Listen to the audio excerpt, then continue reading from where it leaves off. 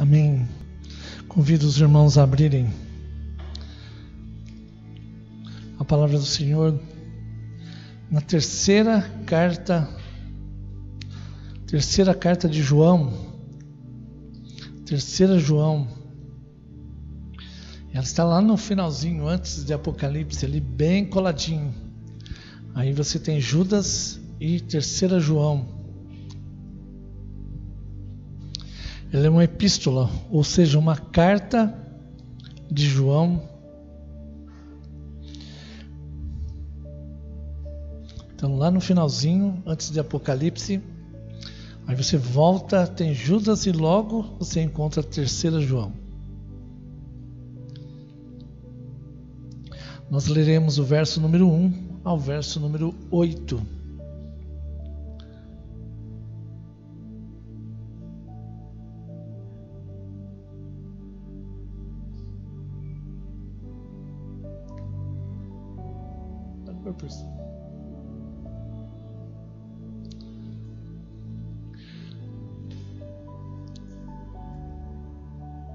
O presbítero ao amado Gaio, a quem eu amo na verdade.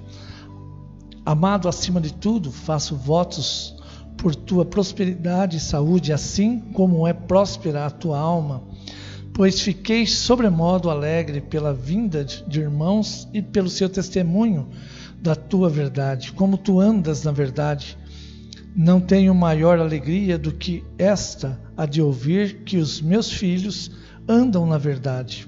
Verso 5. Amado, procedes fielmente naquilo que praticas para com os irmãos, e isto fazes mesmo quando são estrangeiros, os quais perante a igreja deram testemunho do teu amor. Bem farás encaminhando-os em sua jornada por modo digno de Deus, pois por causa do nome maiúsculo de Jesus foi que saíram, nada recebendo dos gentios. Portanto, devemos acolher esses irmãos para nos tornarmos cooperadores da verdade. Para nos tornarmos cooperadores da verdade. Cadê o Fábio? O Fábio, eu acho que tem uma caixa ligada, que tem um zumbido aqui por trás. Talvez ajude. Se você quiser cortar ele, pode cortar. Tá? Porque às vezes o ruído vai. No começo o ruído a gente não sente tanto, mas depois de um tempo a gente sente esse ruído. Essa terceira carta, ou essa terceira epístola de João, ela nos lembra realmente algo muito comum há tempos atrás: enviar uma carta. Quem aqui nunca enviou uma carta? Se eu pegar os meninos mais novos, né? Talvez o Ibrahim já mandou carta, Ibrahim. Talvez só salva o Ibrahim ali, o resto todo mundo. Alguém já mandou alguma carta para alguém ou para algum lugar. E a carta, na verdade, ela continha sempre uma informação, acredito que na maioria das vezes importante. Era uma carta, muitas vezes eram cartas de amor para aquela pessoa que estava na guerra e recebia uma carta da pessoa amada dizendo: olha, eu te amo e aguardo você retornar da guerra. O outro talvez recebesse uma carta de uma pessoa que está distante, também uma amada, ou um parente, ou uma notícia de uma pessoa que está longe da sua pátria amada. Mas o que acontece, na verdade, nessa carta, ou nessa epístola, João, ele de uma forma também amorosa, porque João é o apóstolo do amor, de uma forma amorosa, ele vai mandar essa carta para Gaio, com um endereçamento a ele específico, na verdade, o encorajando na vida cristã. Quantas vezes nós na caminhada precisamos ser encorajados? Às vezes nós estamos cansados, a Nerinha orou sobre estar cansado, até mesmo às vezes desanimado, sobrecarregado, ou então mesmo com a pandemia que nós ficamos mais restritos, não pode isso, não pode aquilo, ou às vezes temos que ficar muito tempo em casa e nós nos sentimos presos, nós nos sentimos abandonados, mesmo que seja no nosso inconsciente, e precisamos ser encorajados. E à medida que nós lemos a palavra, A palavra de Deus sempre nos encoraja a caminhar na vida cristã. E quando nós olhamos para João, ele está dizendo a Gaio: Gaio, você precisa se levantar e continuar essa obra maravilhosa. E por isso nós podemos agora entrar nessa carta e compartilhar um pouquinho daquilo que João disse a Gaio, como forma de incentivo. O primeiro passo, deixa eu ver, não deu o primeiro passo. Ele vai dar agora o primeiro passo. Eu acho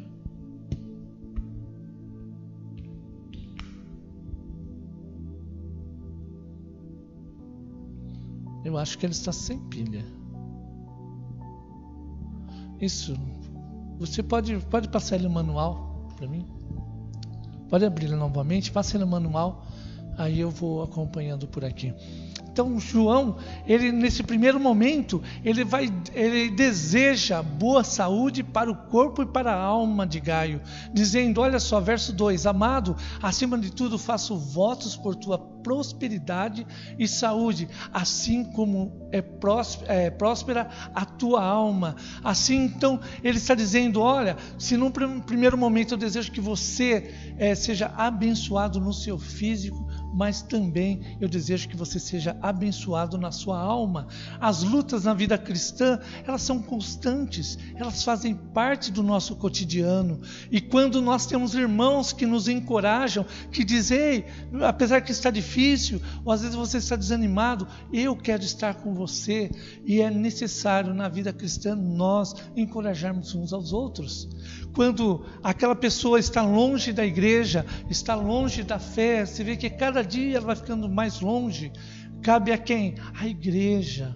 Incentivar e encorajar, dizendo, irmão, nós temos sentido falta de você na igreja, nós temos sentido falta da sua companhia, de estarmos juntos adorando ao Senhor.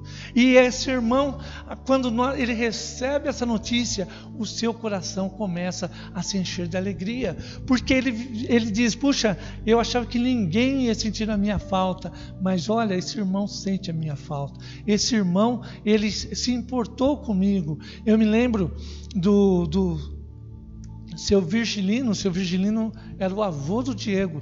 Nós até brincávamos que o Diego tem um estereótipo parecido com o seu Virgilino. E o seu Virgilino, eu me lembro do Fábio Fabão. O Fábio havia feito uma cirurgia e ele não ia à igreja, não tinha Cristo no seu coração. E ele ficava na oficina lá sentado, porque ele fez uma cirurgia na perna. E o seu Virgilino passava lá e começou a puxar conversa com ele, ia pegar latinha, ele juntava todas as latinhas que tinha no chão na rua para doar para a igreja, para abençoar a creche. E ele começou a falar de Jesus para o Fábio, o Fabão, e ele começou a falar de Jesus, e depois de um tempo o Fábio teve um encontro com Cristo, porque alguém se importou com ele. Porque nesses momentos, quando nós estamos ali, na situação desse rapaz com a perna operada, ele precisava de quê? De alguém que o encorajasse. E quando ele se encontrou com seu Virgilino, ao falar, ao proclamar da palavra de Deus, não foi ele que convenceu o Fábio, mas foi o Espírito Santo, através do servo dele, que tocou no coração do Fábio. Percebe a diferença? Porque agora nós precisamos aprender a encorajar o outro. Mas e se o outro não ouvir? Ora por ele. Mas continua encorajando. Encoraje em oração. Diz, irmão, eu estou orando por você, eu quero estar com você, para que ele também sinta-se amado e com o coração aquecido pelo Espírito Santo. Jeremias, no livro de Lamentações 3:23, ele vai dizer que a misericórdia do Senhor é a causa de não sermos consumidos, porque essa misericórdia do Senhor não tem fim, e ela é um renovo que acontece a cada manhã. E esse renovo acontece quando nós também encorajamos os nossos irmãos, mesmo que eles estejam cansados, abatidos, sobrecarregados. Quando nós oramos, esse renovo vem sobre a vida dos irmãos. O apóstolo Paulo, se você voltar a 2 Coríntios 11, eu vou até abrir esse texto, 2 Coríntios capítulo 11, você vai ver que a vida cristã, a vida dele, não foi fácil.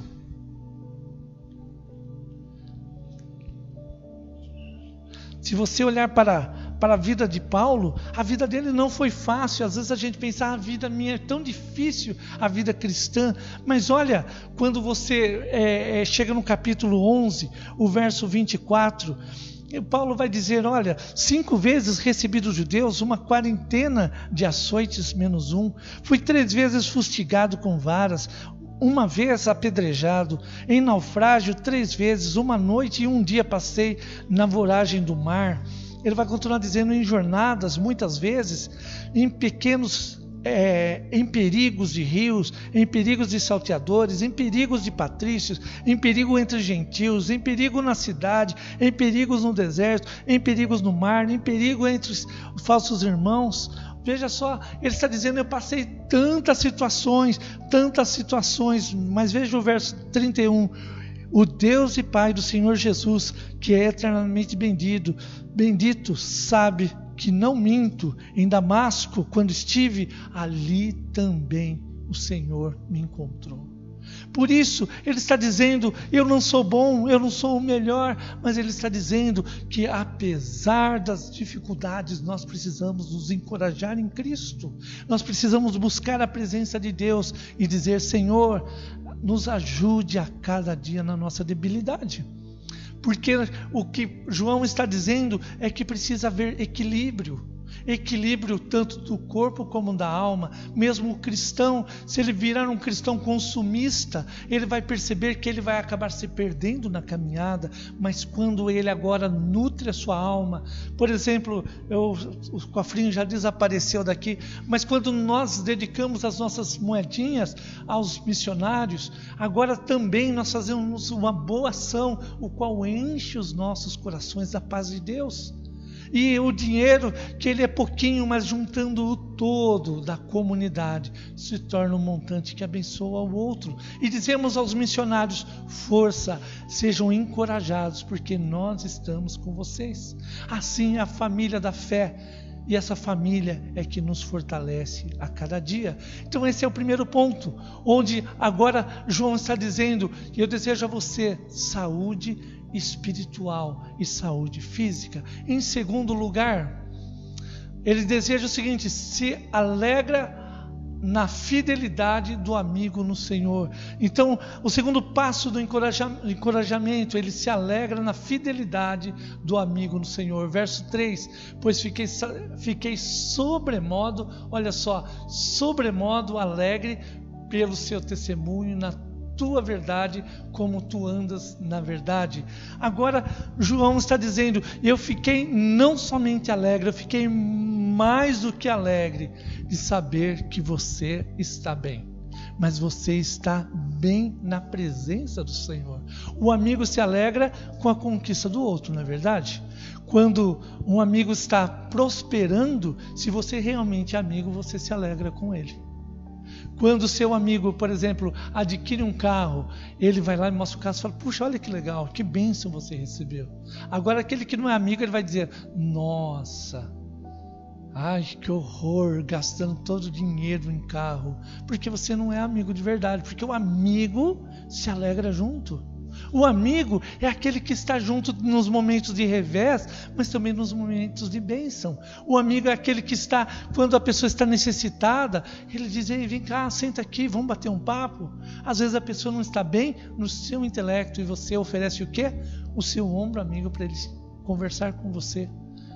E esse mesmo amigo é aquele que se alegra em todos os momentos da sua vida. Esse é o amigo. E assim também Paulo, agora olhando para Gaio, ele diz, eu estou muito... eu estou trocando Paulo, né?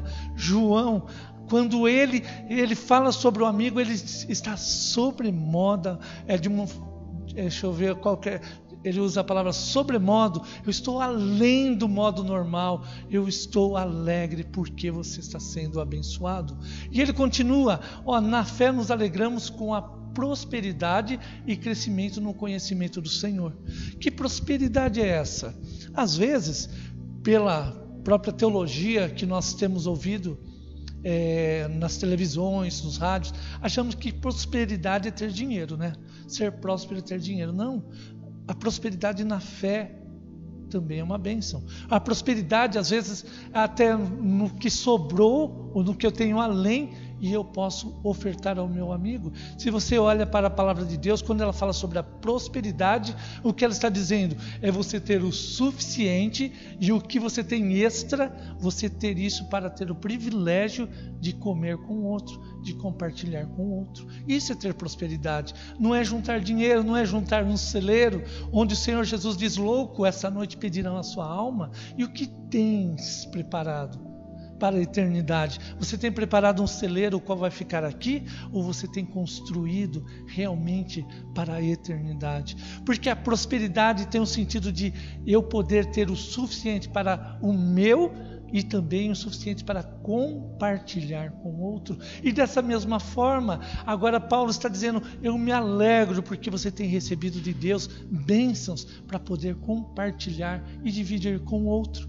Lembra do filho pródigo? Lucas capítulo 15. Vamos abrir esse texto também, Lucas capítulo 15. Quando o filho pródigo, ele volta para casa, e esse rapaz, ele volta depois de uma situação muito difícil, porque ele havia gasto todos os bens que ele recebeu, e ele, além de ter gasto os bens, agora ele voltava numa situação muito difícil para casa. Mas quando nós olhamos, deixa eu só me organizar aqui. Mas quando nós olhamos para essa mesma história, ela tem duas faces, porque o filho havia voltado para casa, e agora o outro irmão, quando nós olhamos para o irmão que havia ficado em casa, que deveria estar se alegrando com o pai, ele fica irado com o pai por receber o seu irmão. Ele não se alegra porque o pai recebe seu irmão novamente, mas ele se entristece, se aborrece. E até que no verso 31 o pai diz: então lhe respondeu o pai: meu filho, tu sempre estás comigo, e tudo que é meu é seu. Ele está dizendo: olha, a fidelidade, ela invade o nosso coração de tal forma que o que nós temos agora é em comum. O pai está dizendo: filho, você está aí preocupado com o seu irmão, para de bobeira, se alegra com ele, divide com ele, você não vai levar nada disso. O melhor que você vai usufruir é de estarmos juntos e de podermos comer juntos e celebrar que o seu irmão estava morto e agora vive. Esse é o melhor presente que nós recebemos. E assim também o pai se alegra e diz: filho, aprenda a se alegrar com o que Deus tem nos dado. Assim nos tornamos filhos e pais também na fé, quando nós olhamos para o mesmo texto. Porque João, quando ele está caminhando também, veja o verso número 4: não tem maior alegria do que esta, a de ouvir que meus filhos andam na verdade. Ou seja, João está dizendo: Gaio, você é o meu filho na fé, e por isso eu me alegro com você, porque além de ser irmão em Cristo, eu amo você como amigo e também amo você como um filho na fé, o qual tem aprendido e tem crescido a cada dia. Se um terceiro passo nós olhamos de encorajamento, aí eu querendo apertar aqui, num terceiro passo do encorajamento, agora João diz: agora você precisa ir para o serviço, ou seja, ele exorta Gaio ao serviço. Veja o verso número 8: portanto devemos escolher desses irmãos para nos tornarmos cooperadores deles. O que João está dizendo? Olha, se nesse primeiro momento há uma crise na igreja primitiva, porque nós temos várias figuras agora que aparecem, pessoas começam a se converter, começam a chegar a família da fé, e agora começa também a haver acepção de pessoas. Se no nosso tempo nós já temos essa dificuldade, imagina naquele tempo, onde judeus se convertiam e eles agora viravam inimigos do judaísmo. Porque os judeus judaizantes, ali eles queriam na verdade destruir, acabar com a fé em Cristo.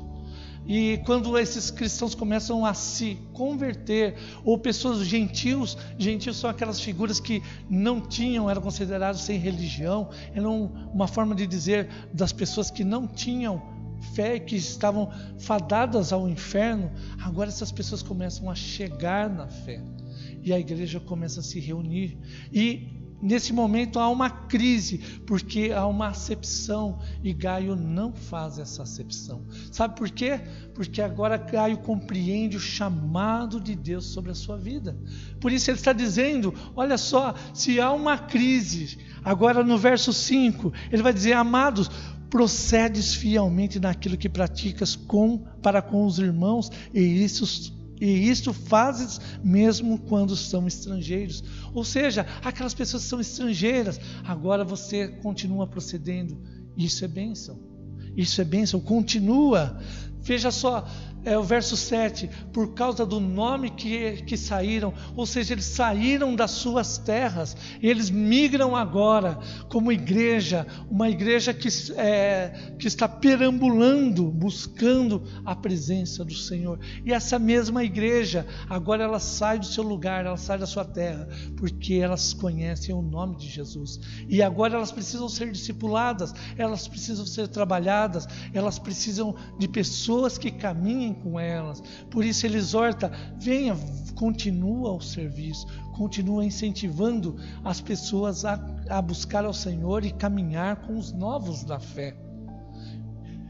Também ele diz no verso número 8: portanto devemos acolher esses irmãos para nos tornarmos cooperadores da verdade.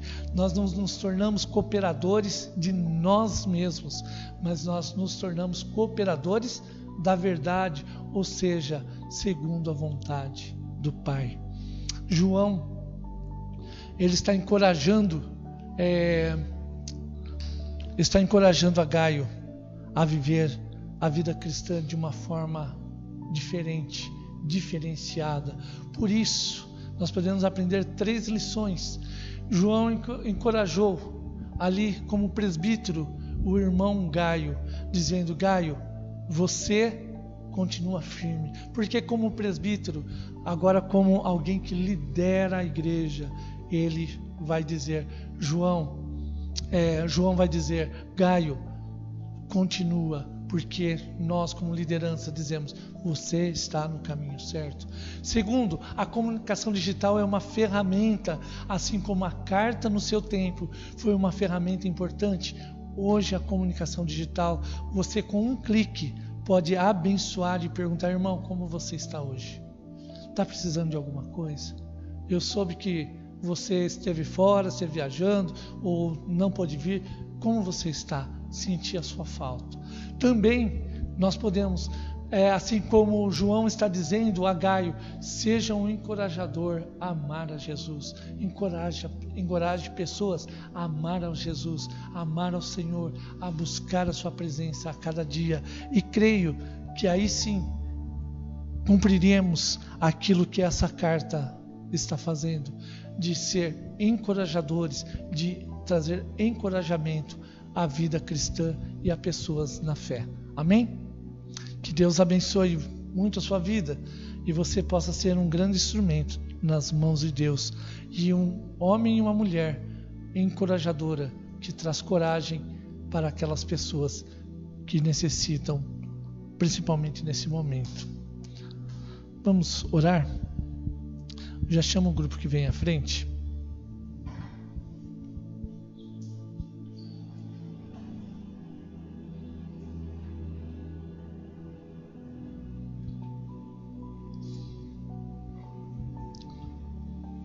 Vamos orar. Exaltado é teu nome, ó Pai, e nós reconhecemos que a nossa força, a nossa coragem vem do Senhor. Que teu Espírito Santo, através do teu servo, ó Pai, continue nos encorajando, através da tua palavra, através desse registro dessa carta, que possamos ser uma igreja que vai à frente, que ama seus soldados, que não abandona irmãos na caminhada, mas que caminha juntos, olhando para Cristo, trazendo, ó Pai, a palavra do Senhor como verdade. E a nossa oração em Jesus. Amém.